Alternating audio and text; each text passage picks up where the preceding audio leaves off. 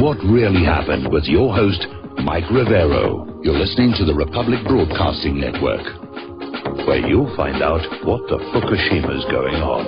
And aloha, America. Welcome back to our show. Hour number 3. The phone lines are open, 800-313-9443. And we're going to go ahead and grab a couple of phone calls. Brendan in San Francisco, aloha. Welcome to the show. What's on your mind?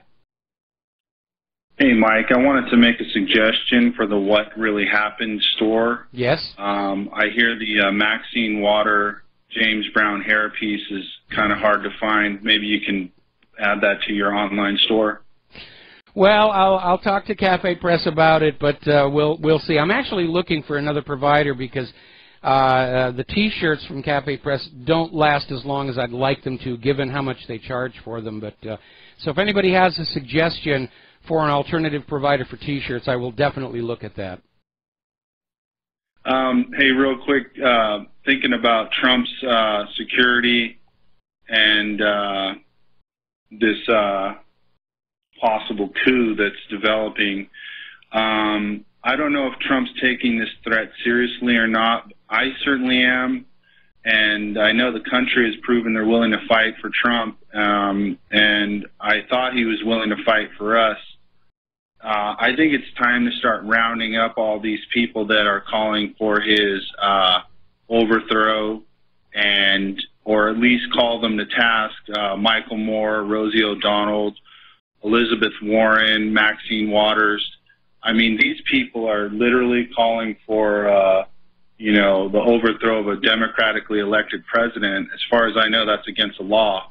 It is, but it's more than that. They're basically calling for the overthrow of our entire government so that they can make way for this liberal paradise on the path to the New World Order. Right. Well, do you think Trump is taking this threat seriously? I think he is, but unfortunately, Trump is wholly defensive right now. He's dealing with all of this pushback from Congress, and they're keeping him so busy and off balance with all of this Russia allegation stuff. I think too much of his authority has already been delegated to underlings who have their own agenda, especially when it comes to the war zones. I don't know how much of what we're seeing is really originating with Donald Trump as opposed to being created for him by his flappers, to go back to Jonathan Swift and Gulliver's Travels. Right. Well, listen, these Trump supporters are out there in the streets trying to support him and taking a lot of physical and,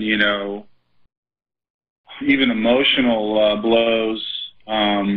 I just think we need to see something a little bit on our side. I'm still for locking Hillary Clinton up, or at least calling her in front of Congress to let's, air out some of her dirty laundry in a formal format and just go on offensive. The best defense is a good offense. If we're going to go down, if the Republic's going to fail, let's go down swinging. I'm tired of being on our heels, and I've done my due diligence. I'm trying to prepare and take care of my family and let my friends know what's going on. I'm taking this seriously, and I don't know if he quite gets what's at stake. Well, I'm sure he's aware of what's at stake. Certainly, I would like to see a lot of these criminals behind bars, especially the Clintons. But what's going on here, as I've said many times before, there are two categories of secrets in politics. There are the little secrets that are the fodder for political campaigns and warring against each other, like Anthony Weiner and his problem with sexting underage girls. Then there are the great secrets that are so horrific that they would delegitimize and discredit the entire government as a whole and bring it crashing down. The truth behind the John F. Kennedy assassination, the truth behind 9/11, the fact that the Clintons and the CIA and the Bushes were running guns and drugs out of Arkansas, the fact that Hillary Clinton may have been selling U.S. secrets to foreign interests and using her charitable foundation to collect. If the whole mess came on out, the government would be over. And Donald Trump as president can be forgiven for thinking about wanting to keep the government going in some form, even as corrupt as it is, versus allowing it to collapse. But at this point, Sooner or later, it's only a matter of time, we're going to have a Soviet Union-style collapse in this country, and we, the American people, have got to be prepared to stand up and decide for ourselves what the next government will be, and not let somebody come on in with a pre-made government and just sign your name on the dotted line, and we'll just restart the private central bank, and we'll restart the corporations, and everything will be hunky-dory.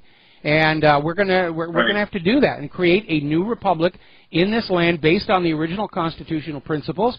And we throw a few more things in there, like no more private central banks ever, ever, ever, ever again. Right. If you think about this governor, the governor, and even the mayor of Los Angeles, I mean, these subversive politicians, we're going to be having a bloody civil war in the streets just to kind of claw back what we had. I mean, they're flooding the country from left, right, and center. You know, pick your ethnic group, and you're going to sit here and say that we're going to have to reform a government. We're going to be sitting here fighting over food and water. I mean, I think this collapse is imminent, and yet no one's really talking about it to the degree in which we need to identify our enemies. All these you know, dude, this country's full of people that don't give a crap about this, the flag, the Constitution, and here we are trying to defend it. I mean, we got our hands full, and we got troops overseas that should be back here preparing for a civil insurrection. It's coming, and we're spread so far thin. How many wars do we have going right now? And we're ripe for invasion. I mean, it's not going to take a lot for someone to come in here and kick our butts. Yeah, with the enemy within. Yeah, absolutely. Right now, the federal government is so obsessed with turf wars and gotchas and the rest of it. They're not even functioning as a government any longer. Everything is being decided on the basis of, well, the Republicans are for it, therefore I'm against it. Right now, the Republicans could be standing up there urging for, you know, we finally have a real cure for cancer, and the Democrats would say, absolutely not, it's a threat to Obamacare, and if the Republicans are for it, I'm against it. And that kind of factionalism is a harbinger of the collapse about to come. And again, the parallels between what Washington, D.C. is doing right now and what Moscow was doing just months before the collapse of the former Soviet Union are very obvious. There are also strong parallels to the collapse of the Roman Empire. Way too much debt, usury out of control, insanity on the part of our rulers. In ancient Roman times, it was because of lead utensils and exposure to mercury. Today, it's prescription antidepressants. We've got all the signs of an empire on the verge of collapse. And I think probably the vast majority of the other countries on planet Earth would be very happy to see it happen. Do we have a leg to stand on where we can say we are not going to pay for this nonsense anymore, and say it's taxation without representation, and put a case forward? I mean, Trump funding the Pentagon to me is ridiculous. I agree. And we're paying for this insanity. Can we just refuse to pay our taxes legally based on a corrupt government? There is no legal way to refuse to pay taxes, because by default the government declares any refusal to pay tax illegal because they get to make up the rules. So it would just be like the colonials in America prior to 1776. You just think things through and you make your own choices what you're going to do.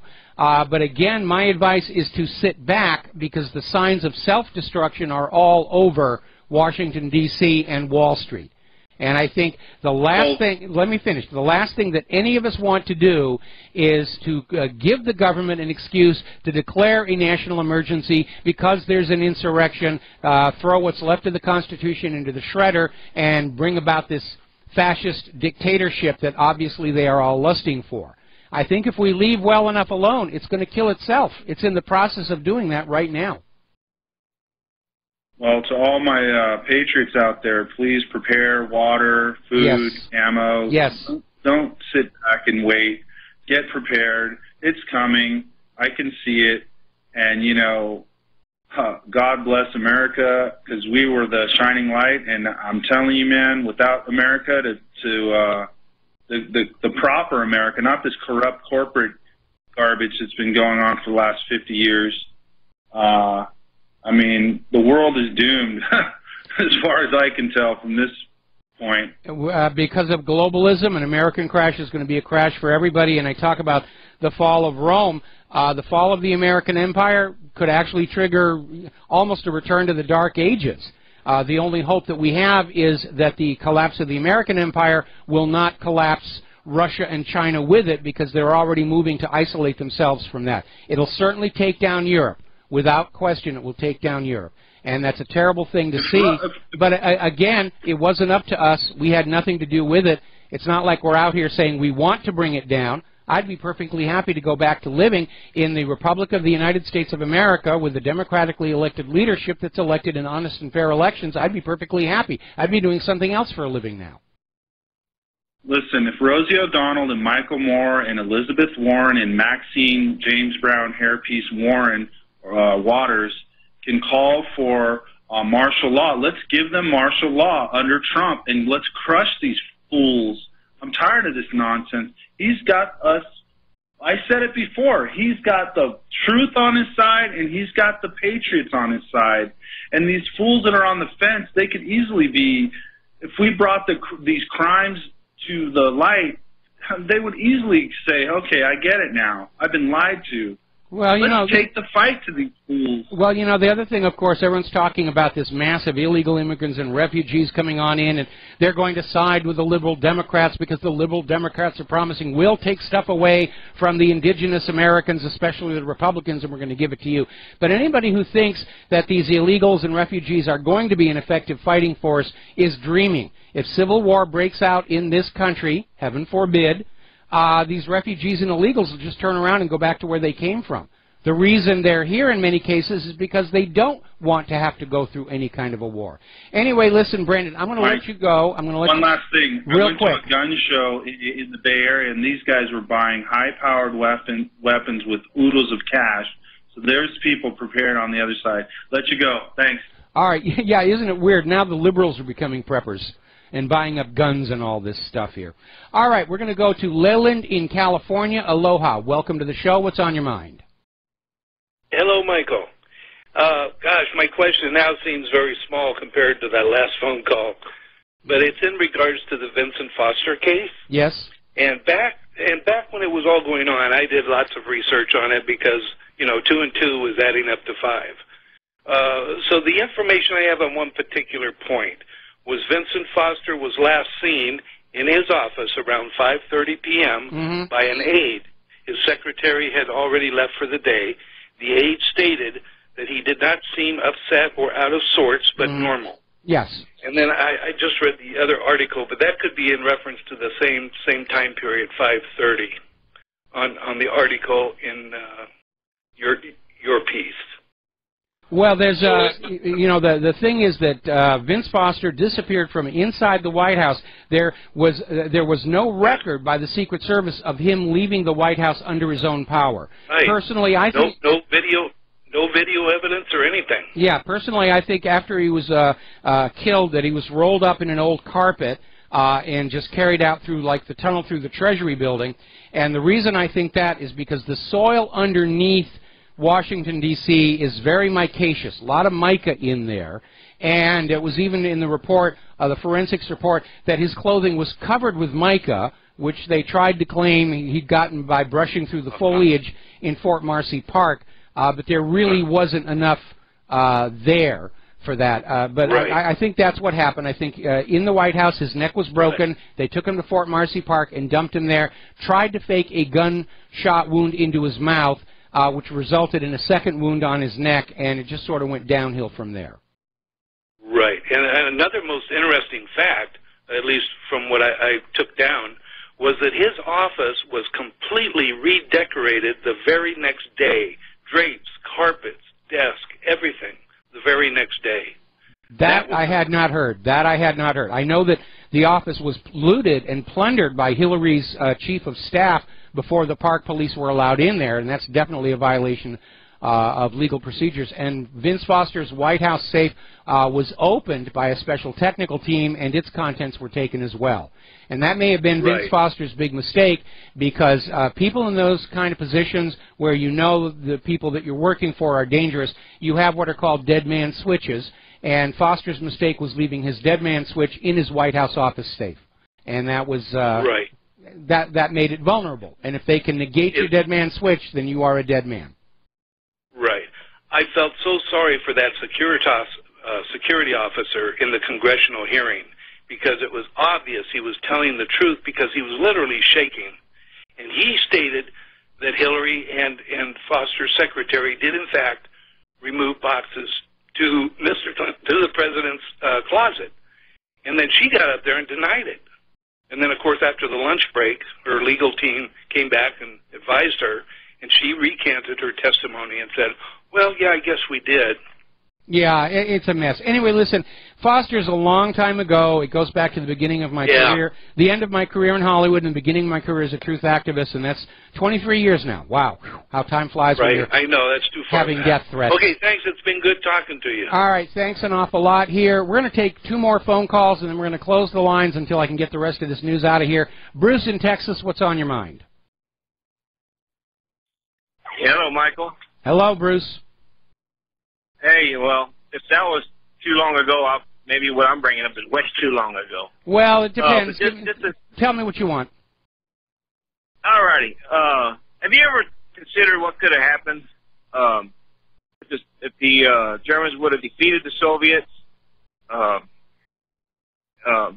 back in Stalingrad, and what the world would have looked like?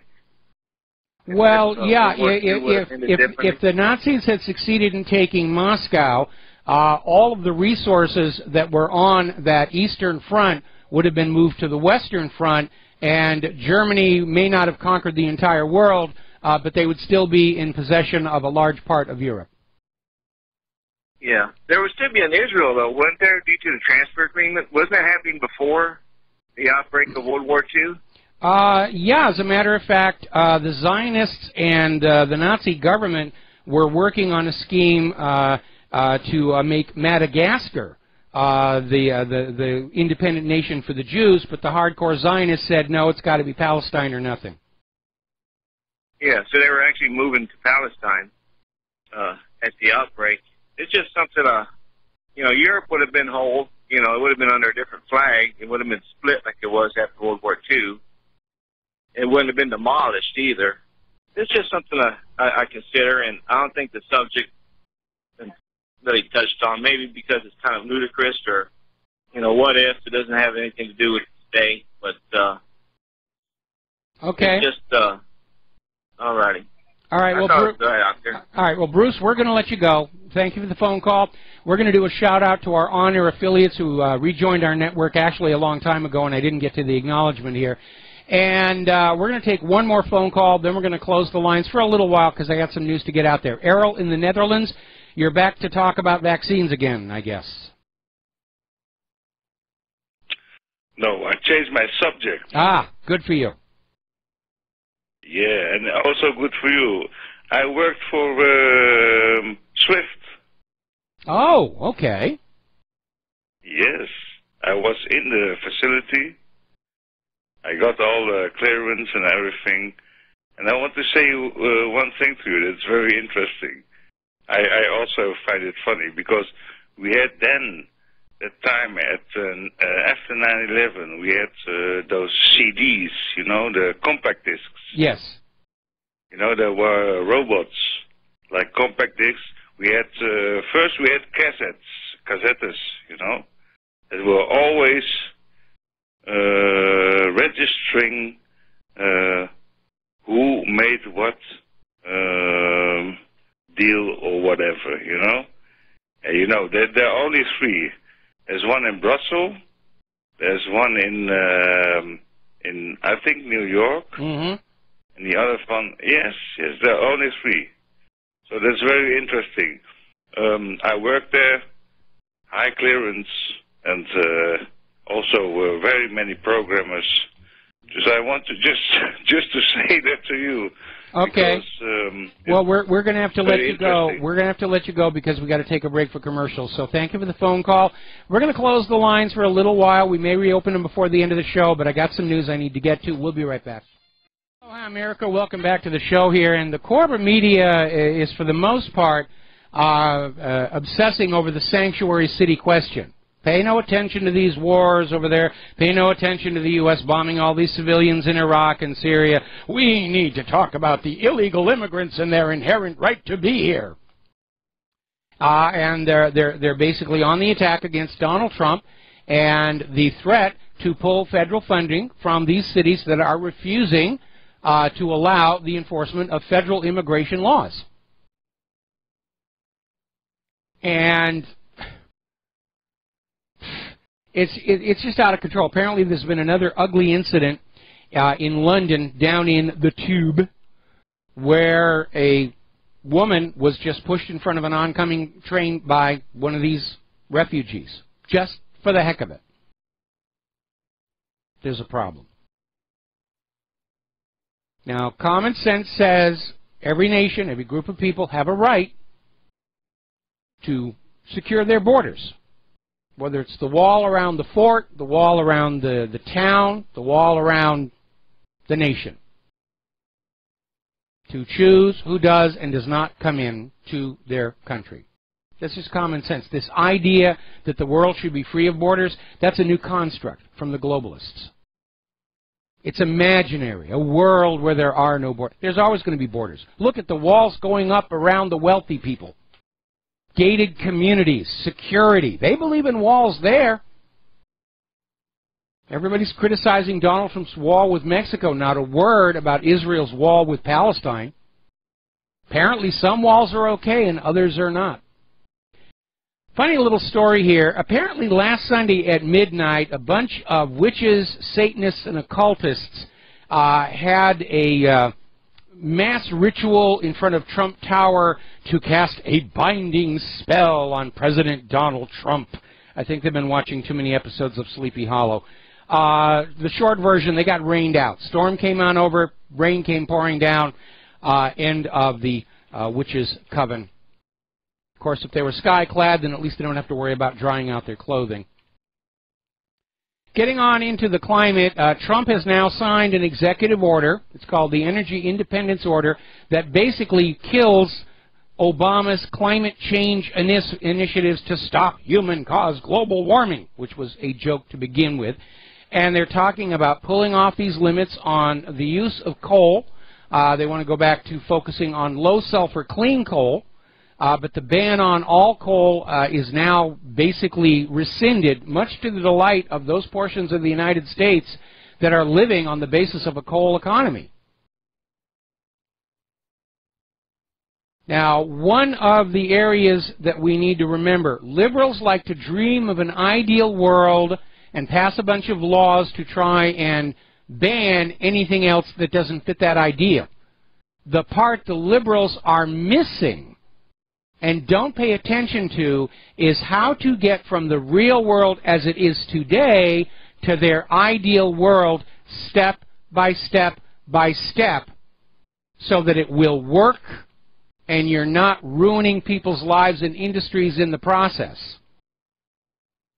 Sometimes they'll come up with these harebrained schemes and they'll say, oh, we want ethanol-based fuel, it'll be great, and it turned out to be a disaster. Oh, we're going to have wind farms. They turned out to be a disaster. We're going to have solar. Look at how that worked out. They don't think these things through. They get an idea in their head, and they say, we will force laws mandating people to do this.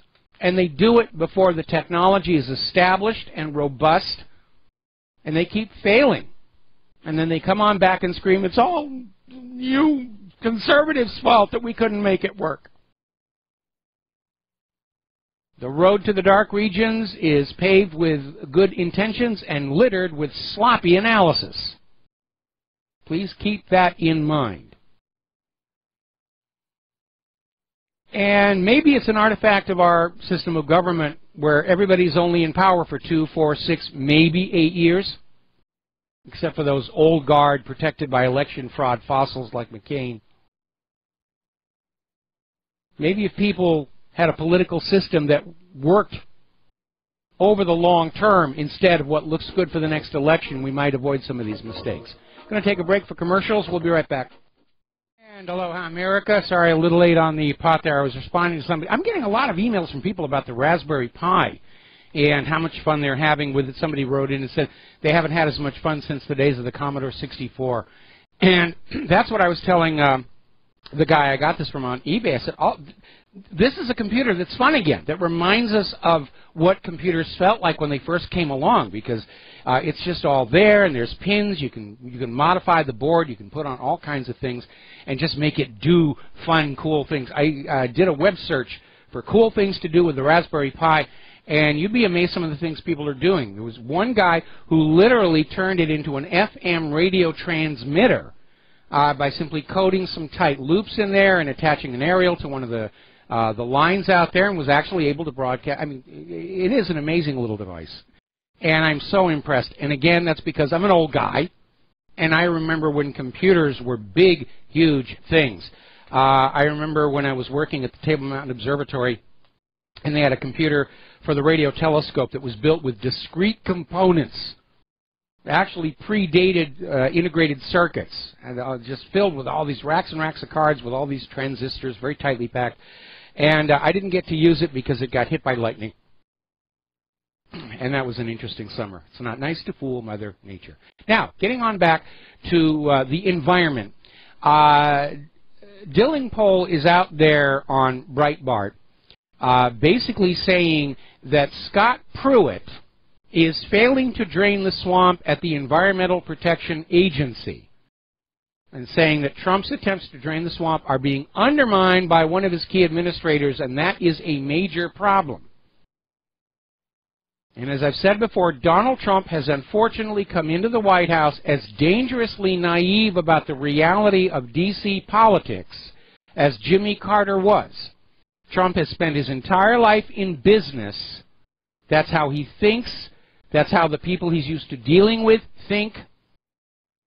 And he's coming in there with a mindset about, I'm going to hire people with good qualifications and they will do what I tell them to do, and that is not what is happening. He's having these old guard holdovers recommended to him, and not realizing that even though Donald Trump is, for all intents and purposes, signing their paychecks, their loyalties are not with Donald Trump. They're with the establishment, the status quo, the bureaucracy. And at some point, Trump, if he's going to be an effective president, he's got to clean house. He's got to get rid of the holdovers. He should have built his entire administration out of people from outside the political sphere.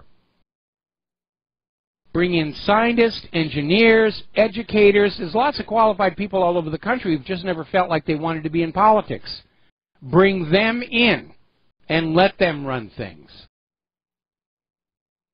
Trump's mistake was going into the political swamp and expecting some of those politicians to help him drain it. It was never going to happen.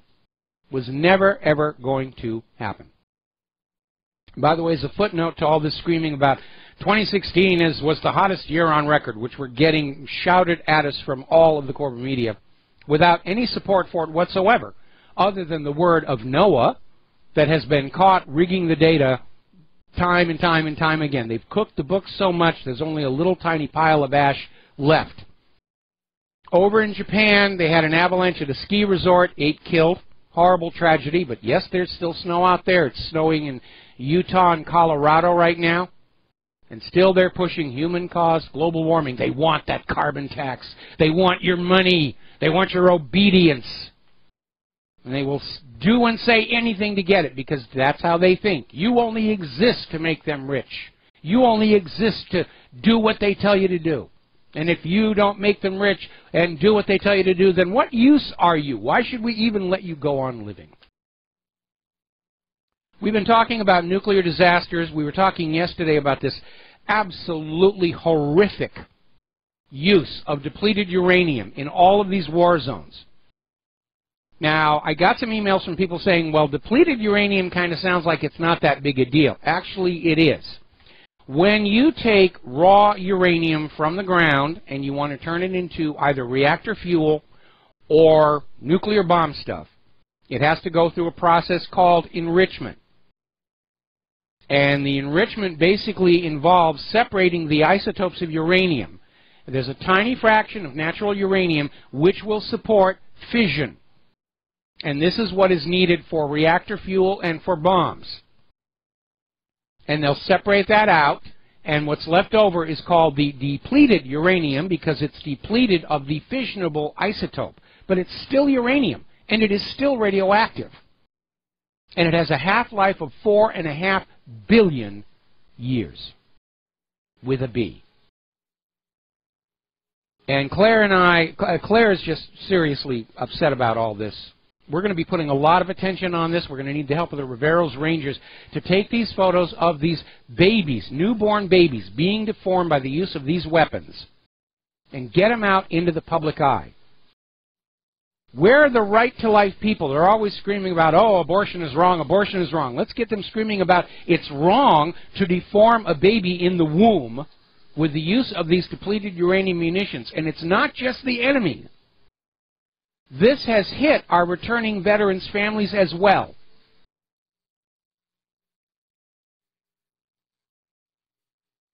So we're going to be making a big, big stink about that. Claire's already got a new piece of music. We're going to do a video on that. And that's the military use of this radioactive waste. And there's a lot of it built up. They don't know what to do with it. Well, we'll make it into bombs and bullets, and we'll make our radioactive waste problem their radioactive waste problem. So we've had 3 Mile Island's accident. We've had Chernobyl's accident. We have the Hanford nuclear site, highly contaminated. We've had Fukushima, and it looks like we may be on the verge of another one, because apparently fire has shut down 3 coolant systems at Turkey Point nuclear plant. And Turkey Point is one of these nuclear facilities that has already gone past the end of its design lifespan. But they were granted a permit to continue. Because they're making money. Why should we shut them down when they're making money? Just because the reactor's, starting to fall apart.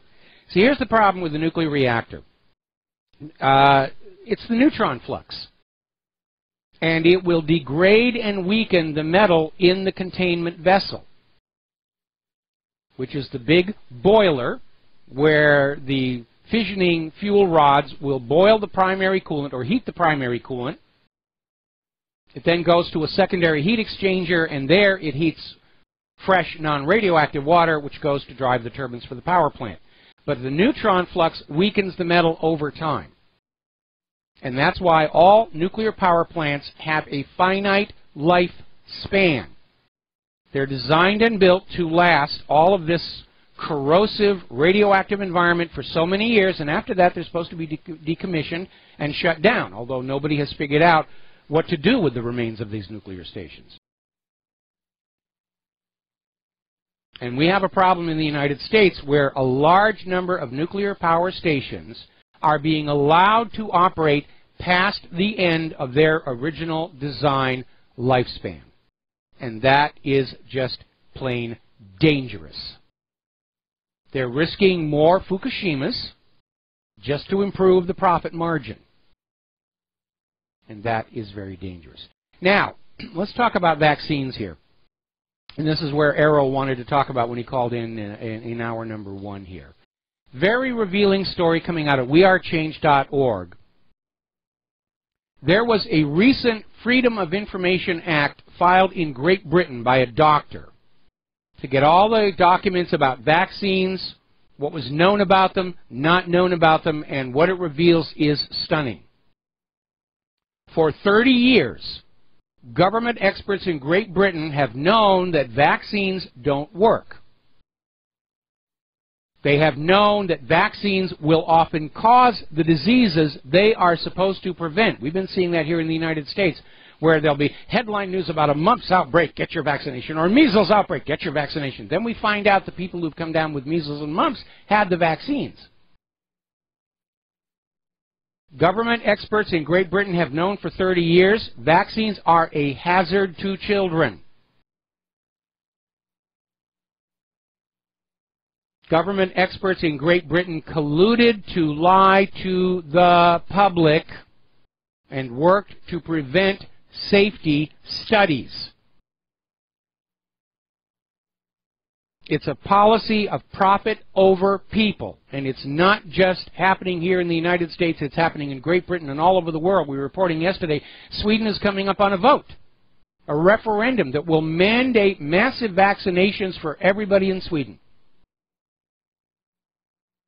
And if they make you sick, well, we've got more medications to treat the symptoms. Money, money, money, money, money, money, money, money, money. Story out of greenmedinfo.com, and they're talking about research coming out from top doctors, acknowledged experts in the field, saying that one of the big problems with vaccines is not only do they weaken your natural immune system, making you more vulnerable to illness or more dependent on these vaccines, they can actually turn the immune system against you. And they're starting to realize that this sudden surge in autoimmune disorders in the population is linked to the escalating numbers of vaccines we're all being told we have to have. There are known harmful materials, toxic metals like mercury in the vaccine ingredients. The epidemic of peanut anaphylaxia coincides with the use of peanut oil as a vaccine adjuvant. And this is not a modern problem. The CDC has been forced to admit that between 1955 and 1963, over 98 million Americans received a dose of a polio shot that was contaminated with a cancer-causing virus. Simian virus 40. And what they're discovering now, all these years later, is if you have been infected with this simian virus 40, you can pass it on to your children. It goes down generation to generation. Gee, look at the skyrocketing cancer rates. I wonder what happened there. Well, skyrocketing cancer rates, that's a good thing. It's good for the medical industrial complex. Look at all these people having to give their money to the oncologists and everything. It's a very dark world that we live in, where the government, the bankers, the medical industrial complex, the military industrial complex really see the ordinary population as just another resource. They don't respect us as human beings. They wouldn't lie to us the way they do if they had any respect for us as human beings. Yesterday we were talking about they're revising the law regarding informed consent for medical testing. It used to be that if a pharmaceutical corporation and a doctor wanted you to participate in the test of a new drug or procedure, they would have to give you full information about it. This is what it hopes to do, this is what it could do, this is how it might harm you, and then they would get your permission. Now they've changed the law. Informed consent is no longer required if the possible risk is minimal, and minimal is up to the practitioner or the pharmaceutical industry. Well, yes, your nose fell off. That was a minimal risk. That's why we didn't tell you.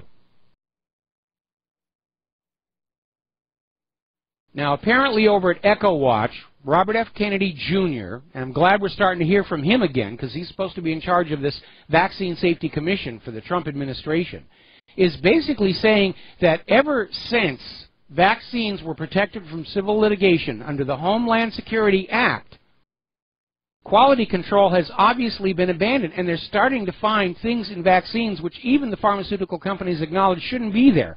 Metal debris, biological contamination, actual physical particles of toxic materials. Vaccines have literally become vials filled with whatever was left over in the White House, in the warehouse, and they're going to stick it into your arm because it makes money.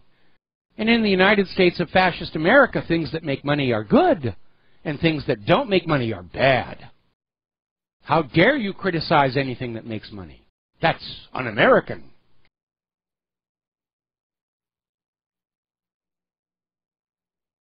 People have decided they don't want to be exposed to these dangers. What do? Pass a law. It's now mandatory. We don't care if these vaccines are killing children. Your children will have them. Now they're talking about mandatory vaccines for adults. I don't need a measles vaccine. I had measles when I was a kid. I'm immune. I had mumps when I was a kid. I'm immune to that. I don't need a vaccine. You would take your vaccine, wouldn't you very like it, you swine? Give us your money. Now then, statins. Originally hailed by the corporate media and the medical industrial complex as the wonder drug, cholesterol lowering, we're going to stop all this heart disease. And they found out since then statins actually present a danger because the cholesterol does not slowly fade away from the arterial walls. It falls off in large clumps that can get lodged in very inconvenient places in the heart. I suspect that's what happened to my youngest brother because he was on statins. He'd lost a lot of weight. The doctors put him on statins. 2 months later, stroke. 6 months after that, died. Now they're finding out that statins raise the risk of diabetes by 50% in older women. They're not being careful with any of this. They'll put something together. They'll collude with the FDA to say, yes, it's safe and effective. They'll put it on the market, sell it to you. And this is why we live in a society where you'll watch TV and you'll see these very glitzy commercials for the latest prescription medication, immediately followed by the commercial from the ambulance-chasing lawyer saying, if you've been hurt by that same medication, we will sue on your behalf. It's just a giant mill to churn people into money. Healthy people go in the front. Money comes out the back for the doctors and for the lawyers. Hippocrates is spinning in his grave, wherever that may be. We're going to take a break for commercials. We'll be back after these few words. Aloha, America. Welcome back to our show. Last segment of our program today here. Yesterday, we were talking about the saturation in our society of prescription psychiatric medication and how we could very literally be drugging our entire population into aberrant behavior. Suicide, mass shootings, domestic violence, bar fights, road rage, pedophilia, who knows what's possible out there. And it turns out there's another area in which Americans are being drugged into torpor, maybe. Now, we all know there's an opium problem all over the world here, but it may surprise you to find out that approximately 80% of the global opium supply is consumed here in the United States of America, both with the illegal heroin trade and the overuse of prescription opiates. That's been in the news a lot about how pharmaceutical corporations are literally encouraging practitioners to prescribe opiate medications to get patients hooked and make more money off of them. If you include Canada and Western Europe, which have their own medical industrial complexes, that accounts for 95% of the world's opium supply. So when you talk about a nation that is succumbing to opium, it isn't China, it isn't Africa, it isn't Japan, it isn't Australia, it's right here in the United States. Do you remember what happened to China when Britain won their war over Britain's right to sell opium to the Chinese people, and they had the opium dens, and it ultimately helped bring down the imperial government and pave the way for communism? Are they doing that here as well? We know the CIA has been trafficking in heroin at least as far back as the war in Vietnam. The biggest drug smuggler in the country is the country. All right, we're going to try and squeeze one more phone call in here. Boyce in Michigan, aloha. Welcome to the show. What's on your mind? Yep, hi, Mike. Right on board with that. Hey, listen, I'll tell you right now, amazingly, you're saying all this. I grew up in a city in the Detroit area, in the suburb area. We had like one pharmacy when I was growing up. And there's probably about 25, 30,000 people here now. But guess what? There's 35 pharmacies in my local area here in probably a 5-mile range. We are like inundated with this drug problem here. People, I go into people's houses, I'm a contractor, and they'll have 30, 40 drugs on their table. I say, man, Mrs. Jones, what's going on? Why do you why do you have all these trucks? You go, well, this one takes care of this one. This one handles this one. Mm-hmm. And I agree with you. This is absolutely incredible what's going on here. I just heard in Warren, Michigan, they're already up to 173 deaths from opioids and also drugs that have, you said it earlier, I'm sorry, but from heroin-related drugs. Yeah, there was one. I have to cut you off. We're at the end of the show here, but there was one story on the front of what really happened about a kid who had to call 911 because his babysitter overdosed on prescription opiates. Anyway, we got to get on out of here. We'll be back tomorrow, Wednesday, here on the Republic Broadcasting Network. Share what you know with everybody that you know. Go gentle. You're dealing with people who are trapped and enslaved by their belief system. We'll be back tomorrow. Aloha, America.